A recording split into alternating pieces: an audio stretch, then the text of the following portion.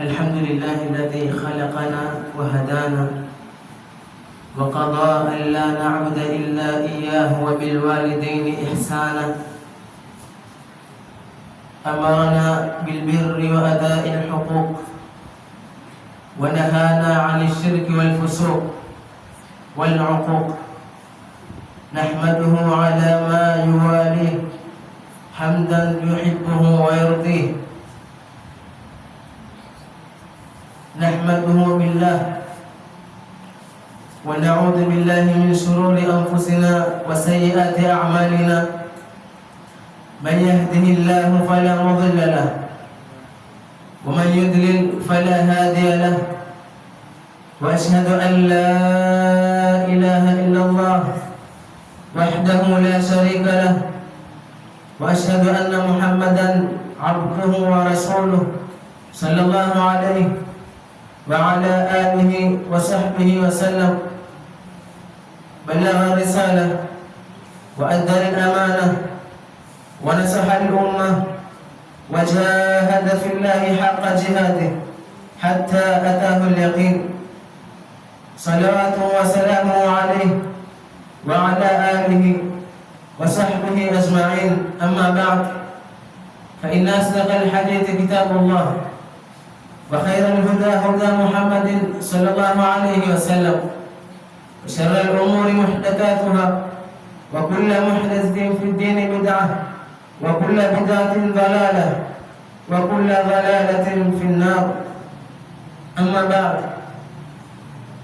ya kumhimidi Allah subhanahu wa ta'ala na kumtakia rehema kipenzi chake Mtume Muhammadin sallallahu alayhi wasallam, Allah subhanahu wa ta'ala asema katika kitabu chake, wa qadha rabbuka alla ta'budu illa iyyah wa bil walidayni ihsana imma yablughanna 'indaka al-kibara ahaduhuma aw kilahuma fala taqul lahumā uff wa la tanharhumā wa qul lahumā qawlan karīmā. وقال تعالى واعبدوا الله ولا تشركوا به شيئا وبالوالدين إحسانا. Katika aya hizi mbili Allah subhanahu wa ta'ala anatuhusia sisi na kumwabudu yeye peke yake na wala tusimshirikishe na kitu chochote, kisha akatuhusia sisi na kuwafanyia wema wazazi wetu wawili. Sababu ya Allah subhanahu wa ta'ala kufatanisha ibada yake pamoja na kuwafanyia wema wazazi wawili ni kwamba yeye ndiye ambaye ametuumba na wazazi wetu ni sababu ya sisi kuja katika dunia hii. فبرهما في الحياة الإنسان kuwafanya wema katika uhai, walinfaq alayhima na kuwapa infaq wao wawili wakiwa muhtajiin wakiwa na uhitaji, wasamu wa taa na kuwasikiliza na kuwatii wazazi hao wawili, fil ma'rufi katika mambo mema, wa adamu rafa'i sauti alayhima na kuacha kuinua sauti yako kwa wao wawili, na kadhalika kuwalinda na yote yenye kuwadhuru. Jambo la kuwatii wazazi wawili na kuheshimu ni jambo ambalo lazima kwa kila Muislamu awatii na kuwaheshimu wazazi wawili na epukamane na kuinua sauti juu ya sauti yao. Tuangalie hadithi ya Abdullah bin Mas'ud radiyallahu anhu qala سألت النبي صلى الله عليه وسلم أي من أحب إلى الله؟ قال الصلاة لوقتها. قلت ثم أي؟ قال بر الوالدين. قلت ثم أي؟ قال الجهاد في سبيل الله. ابن مسعود, Abdullah ibn Mas'ud anatueleza kwamba amemuuliza Mtume rehma na amani zimshikie yeye, ni ipi amali aipendayo Allah subhanahu wa ta'ala? Mtume akamjibu as-salatu liwaqtiha, kuswali kwa wakati wake. Akamuuliza tena, kisha amali gani? Akasema birrul walidain. Akamuuliza tena, kisha amali gani? Akasema al-jihadu fi sabilillah.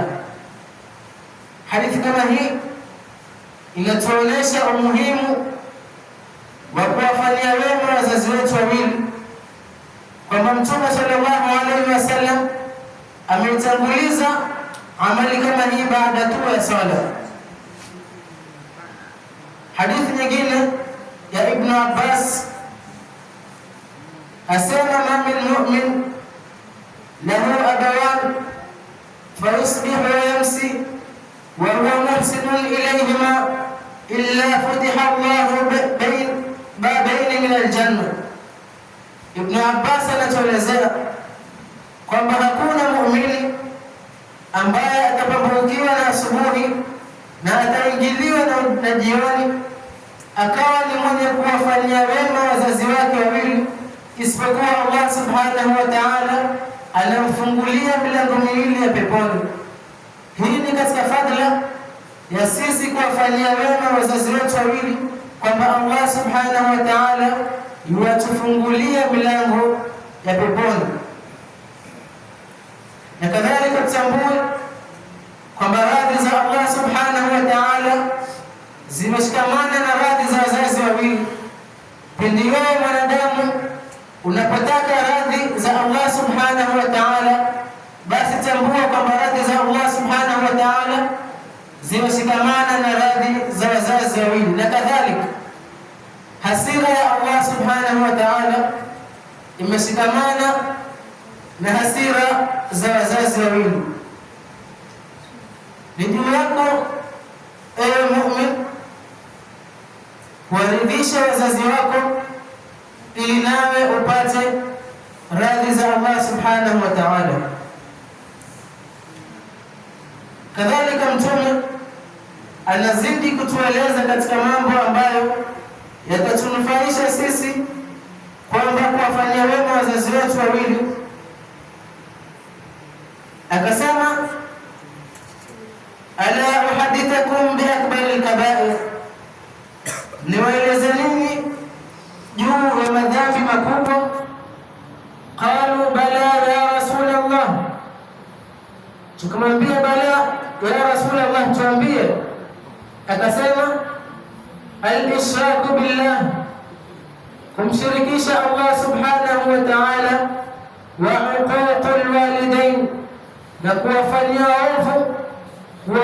uovu wazazi wawili.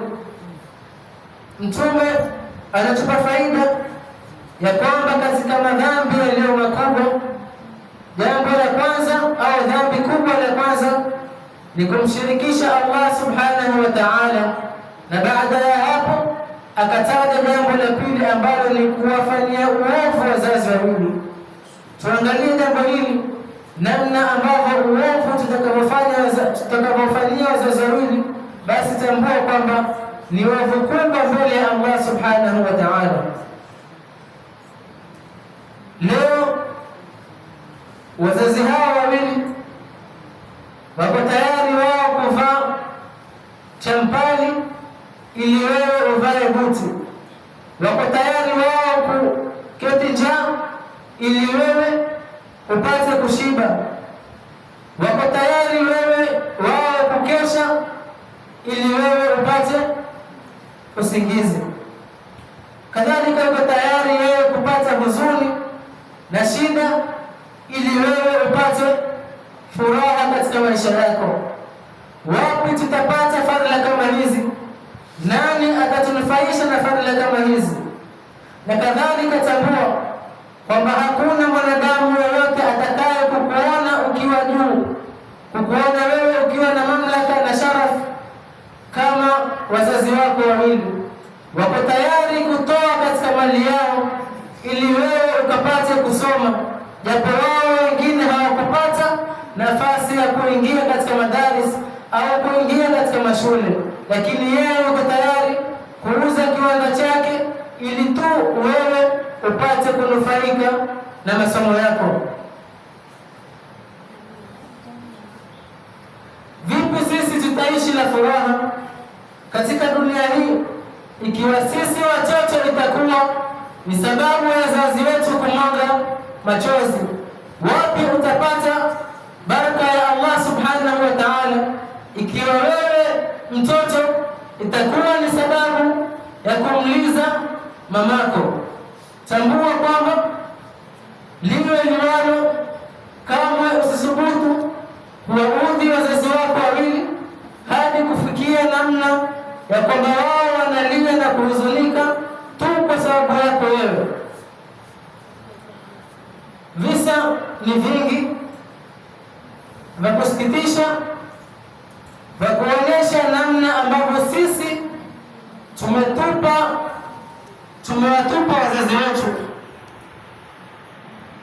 Kisa kimoja ambacho kimetokea katika miji yetu kwamba mama ana watoto 6, kila mtoto ana madaraka, kila mtoto ana kazi yake, ila wote watoto 6 wanashindwa kumwangalia mama mmoja, na imetokea kwamba yeye mama mmoja ameweza kuwalelea watoto wote 6 peke yake bila ya baba yao. Akapatikana mmoja katika hao watoto 6, ikawa kwa kila mwezi anampa shilingi 3,000. Shilingi 3,000 hizo ni za kula, ni za mavazi, ni za kuangalia taa na kadhalika, kulipa nyumba. Lakini mtoto kama huyo akafikia wakati kwa kusema kwamba mama, wewe hukunizaa peke yangu, siwezi mimi kila siku, mimi peke yangu ndiye ambaye ninakupa yani 3,000 peke yake, hukunizaa peke yangu, baada yangu mimi kadhalika wamewazaa watoto wenzangu, ndugu zangu 5. Kwa hivyo mimi siwezi tena kukuangalia wewe kila siku, ni mimi katika kukuangalia wewe.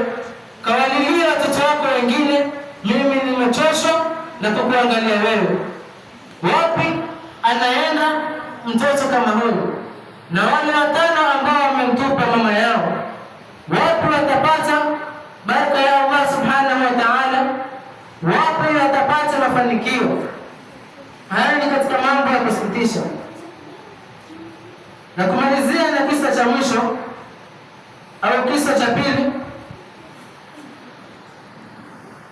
Imetokea kwamba mama anaishi na mtoto wake. Mtoto kama yule akiwa katika marhala ya kuenda skuli, mama akampeleka skuli. Mama hana mume, hana mtu wa kumsaidia katika malezi, lakini ni mama kama hawa mama zetu tunawaona wanafanya viazi, wanauza viazi, wanakesha na makarai. Mama yuamka saa 9 za usiku na kulala analala saa 6 za usiku kwa kukesha, ili mtoto wake apate elimu, ili mtoto wake awe kama watoto wengine. Ikawa mama kama yule kila siku anaenda kumtembelea mtoto wake na kumpa chakula na kumlisha. Sasa imefika wakati wale wenzake wanamuuliza, yule ni nani ambaye anakuja kila siku tunamuona akija na kulisha, anakubembeleza, ni nani? Mtoto kama yule hakutaka kuingia na aibu, kwani mamake ilikuwa amekosa jicho moja. Sasa ile sura ya mamake ameona kama ni sura ambayo lao atawajibu wale wenzake kwamba yule ni mamangu, basi watakuwa ni wenye kumcheka labda, au watakuwa ni wenye kufanya istihzai kwa sababu mamake yule ana sura ambayo yenye kupendeza amekosa jito moja. Akawaambia ndugu zake wale wenzake katika shule kwamba yule si mamangu, bali ametumwa na mamangu ili kuja kunipa chakula na kuniangalia naendelea vipi katika shule. Masiku yakapita, wale wenzake ikawa wanamkariria, yule lazima itakuwa ni katika ahli zako, ni mamako, kwamba kila siku yeye anakuja na kuonesha mapenzi ya hali ya juu. Sasa mtoto kama yule akaingia na kitu katika moyo wake. Alipoenda nyumbani akamwambia mamake, naona mimi usije tena skuli, kwa sababu watoto wote hakuna mama zao ambazo wanakuja, ila ni wewe peke yake, mimi sitaki tena uje skuli. Basi mama kama yule akaridhia katika yale ambayo amemwomba mtoto wake, akakubali, ikawa haendi tena skuli. Mtoto akamaliza kiwango cha shule ya msingi, akaendelea na shule ya upili, akapata kufaulu na kuenda kusoma nchi za nje. Wakati anamwaga mamake kumwambia kwamba mimi nimepata nafasi ya kuendelea kusoma nje ya nchi, mamake akamwambia, basi mwanangu, tambua katika dunia hii sijabaki na mwingine isipokuwa ni wewe. Basi kila baada ya muda nipe mimi ujumbe ili nijue kwamba wewe unaendelea vizuri. Mtoto akasafiri akaenda nje ya nchi na kadhalika kuendeleza masomo yake, lakini ikawa hana tena mapenzi kwa mamake. Ikawa baada ya miezi ndipo anapomtumia barua na kumwambia kama mimi niko sawa. Hili ikawa linamhuzunisha mamake, kwa sababu mamake haridhii iwe hapati kujua habari zake. Muda ukasonga, mtoto kama yule akapata nafasi na kuajiriwa huko nje ya nchi, akapata mali na kuoa, kadhalika kupata watoto. Mama nikamjia katika akili yake kwamba hizi barua ambazo mtoto wangu ananitumia zina address, kadhalika namba ya nyumba ambayo mtoto wangu anaishi. Mbona mimi nisiende kumtembelea mama yangu, kumtembelea mwanangu kule aliko? Kwa sababu hali imekuwa dhiki kwake yeye, hapati kumjulia mtoto wake. Basi wale marafiki zake wakamchangia katika usafiri wake, kwa sababu hali hana tena, amekuwa mtu mzima.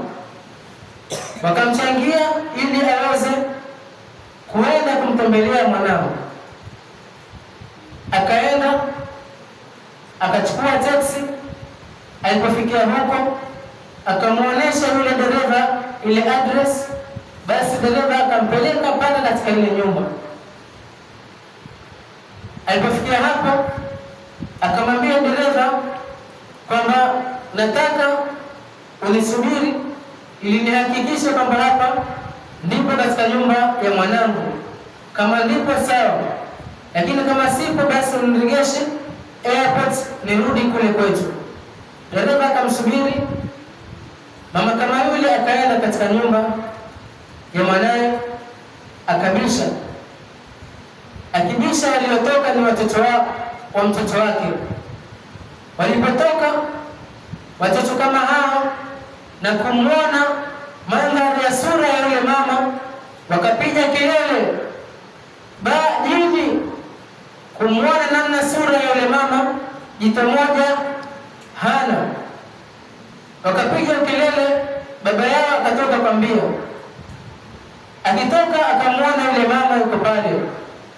Basi yule mwana akamwambia mamake, miaka yote hayo mimi nimekukimbia, haukuona wewe mpaka wakaja hapa kunitishia watoto wangu? Na yule ni mamake. Mama akashangaza na yale majibu ambayo amesikia. Basi mwana kama yule akatia mkono mfukoni, akatoa pesa za huko akampa na kumwambia, mama, rudi kule ulipotoka, niache na maisha yangu na furaha yangu huko. Mama kama jambo kama lile likamhuzunisha, hapo akapata hata ataki na kuanguka. Dereva anaona yale ambayo yanatokea, hajui kinachoendelea, akamtukua mama kama yule na kumkimbiza hospitalini. Kumpeleka hospitalini, mama kama yule akapata fahamu, lakini amekuwa mtu mzima, amedhoofika kimwili, hawezi tena, bali amekaribia katika kuondoka katika uhai wake. Yule muuguzi ambaye alikuwa anamuuguza akamwomba na kumwambia, nina ombi moja kwako wewe, naomba uniandikie yale ambayo nitakwambia. Baada ya hapo umpigie simu mwanangu huyu, umpe barua kama hiyo, ila usimpe barua kama hiyo isipokuwa baada ya kufa mimi na kadhalika, na kuomba ushughulikie mazishi yangu na kuzika kwangu. Muuguzi kama yule anamuona kwamba yule mama ni mgeni katika mji huu, akakubali ombi kama lile kwa yule mama. Katika barua yake akamwambia muuguzi aandike, kwa mtoto wangu mpenzi, samahani, najua nimekuudhi sana, lakini sina kusudia yangu wala si matakwa kuwa na hali kama hii ya jito moja, lakini nataka nikwambie kitu kimoja. Wakati wewe ulipokuwa mdogo wa kiasi cha miaka 2, ulikwenda kucheza na wenzako, kwa bahati mbaya ukaumia jito lako, ukabakia na jito moja. Kwa mapenzi yangu mimi kwako wewe, kuwaona wenzako kwamba wanakukimbia, hawataki kukaa na wewe, mimi nikatoa jito langu moja na kukupatia wewe, ili wewe uwe sura nzuri, ili wewe upate kuishi na maisha mazuri, upendeze katika jamii. Sikufanya haya ila kukutakia wewe furaha, lakini katika hilo jito nililokupa mimi wewe, imekuwa ni sababu kunaona mimi kwamba hii sura yangu ni yenye kutisha. Basi nakutakia kila jema na furaha katika maisha yako. Ni mimi mamako fulani. Mama kama huyo hapo akaondoka na kuaga dunia.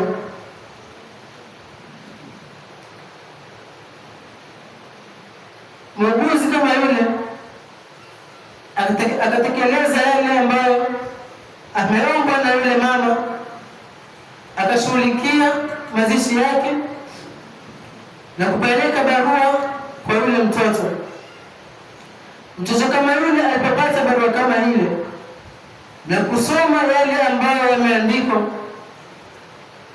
atakaporudi kwa mama yake, lakini wakati hana tena, mama kama yule amemwondokea katika maisha yake,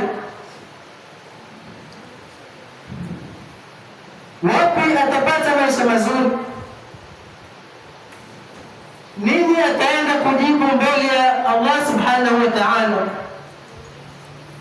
Siku zote anamuona mamake kuwa na sura ya kutisha, lakini hajui sababu ya ile sura ya kutisha imetokamana na nini. Haya ni mambo ambayo sisi watoto tunajisahau, hatujui namna wazazi wetu walipopata tabu. Mpaka hapa nitafikia mwisho na kuwaombea mama zetu.